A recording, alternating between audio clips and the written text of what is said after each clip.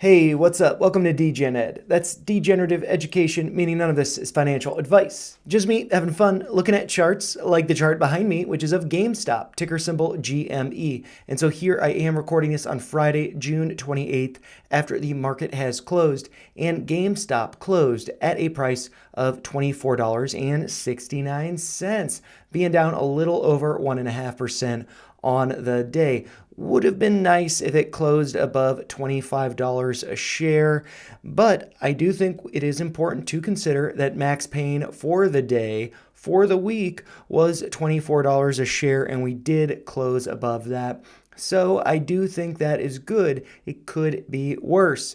And so I just wanted to go over a few levels on the chart here, but really I wanted to take a step back and look at the chart on the weekly and monthly time frame because, while June is not over yet for the market, next Monday is the 1st of July, so I think it's going to be pretty cool to look at the chart on the monthly time scale. I do think that will be pretty encouraging, so I'll do that in just a minute. But I did just want to point out a couple levels here on the chart. One of them is $21.69, so being exactly $3 below the closing price for the week.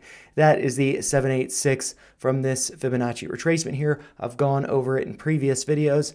I was expecting that to potentially be getting tested this week, but the low that we saw was hit on Tuesday, which was at a price of $22.55. So just about $1 above that fib level. But we did pierce 23.41, which is of course Roaring Kitty's average price. So we got to be protecting our kitty, and we did it. We did that this week. We protected his average, and that is, sacred to us. So I do think that we should be proud of it. But there are also some other levels that I have here. If we do break below 21.69, there's $20 a share, and then this prior low was 17.70. Anytime we dip to those levels, I think it's going to be a great dip buying opportunity, but I feel like it's probably unlikely as we have been consolidating up here. All we need is a little bit of volume, and I do think that the price will be going much higher. Although, one thing that might look a little discouraging about the chart is this uptrend, which is based on the low from May 2nd, as well as the other touch point being the low from May 24th. We are trading below that. It does look like that is acting as resistance. But if we draw, just an approximate trend line from the low over here that was hit on the 30th, connect that to the low more recently, maybe there is something there, or maybe if we connected to the pivot point over here, maybe there is something there. It might just be hopium, but I do think that this break of that uptrend is more than likely a fake out break to the downside, and I do think that we will be moving to the upside. And a big reason for my thought process on that is because, we haven't tested the 786 here. We haven't broken down to that level. Although, you could argue we already did break below it, get a fake out break below it here when we crossed below, with these wicks over here following the squeeze and pullback ranging from the 17th of May over to the 30th of May, closing out that month. We did have some dip buys below the 786. We're not getting down there right now, so I think that's good. But really the thing that does stand out to me is when I flip over to the weekly and monthly charts. And so in order to do that, I'm just going to remove my drawing so the chart is not too cluttered. But, before I do switch over to the weekly chart, I do think, it does look pretty encouraging. While maybe, we draw a line here, it does look like we have broken below that uptrend. But if we draw it from over here, we may very well still be respecting an uptrend. So I do think it is good to not be too discouraged just yet.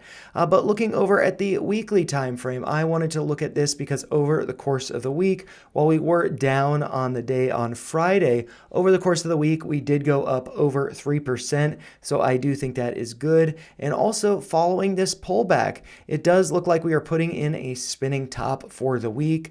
Pretty small wick to the downside, but this could be suggesting that we are getting ready for a reversal, especially because over the course of the week we did go up. The price did start lower, opening the week at 23.26 and closing the week, as I had mentioned, at 24.69. So I do think that is good. But one thing that I think is really, really encouraging, at least that is how I am taking it, is when we look at the monthly candles since the month of June for the stock market is over. And so the thing that stands out to me is that the close for last month, for the month of May, was at a price of $23.14. We closed this month above that, so I think that is good. Also, because we had that close at this low, there was actually a gap from the prior month. We did fill it over June, so there's really nothing dragging us down.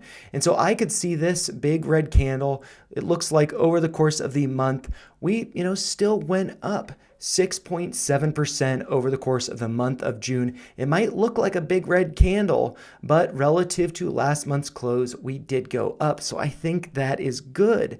And with this pullback, I think it is a healthy pullback, a healthy coolback following this massive wick that we saw to the upside, hitting a high during market hours of 64.83 during the month of May. We didn't get that high in June, but that's all right. Right now, we are looking at dip buying opportunities. If it does consolidate over the course of the month of July, I think that is just great dip buying opportunities before we see the next big candle, which will of course be green, going to the upside, maybe getting to $40 a share or back to the $65 range. So, I think that July is going to be a great, great month for buying. This dip that we've seen closing the month of June at the lows, I suspect that we will be closing the month of July at the highs, maybe putting in a new high for this chart here on the time frame that I'm looking at. And so, take a step back, enjoy the weekend, get ready for an enjoyable holiday week next week. It's going to be a short one for trading, and that could spark some volatility in the markets, especially with GameStop. So do keep that in mind as we are at the lows.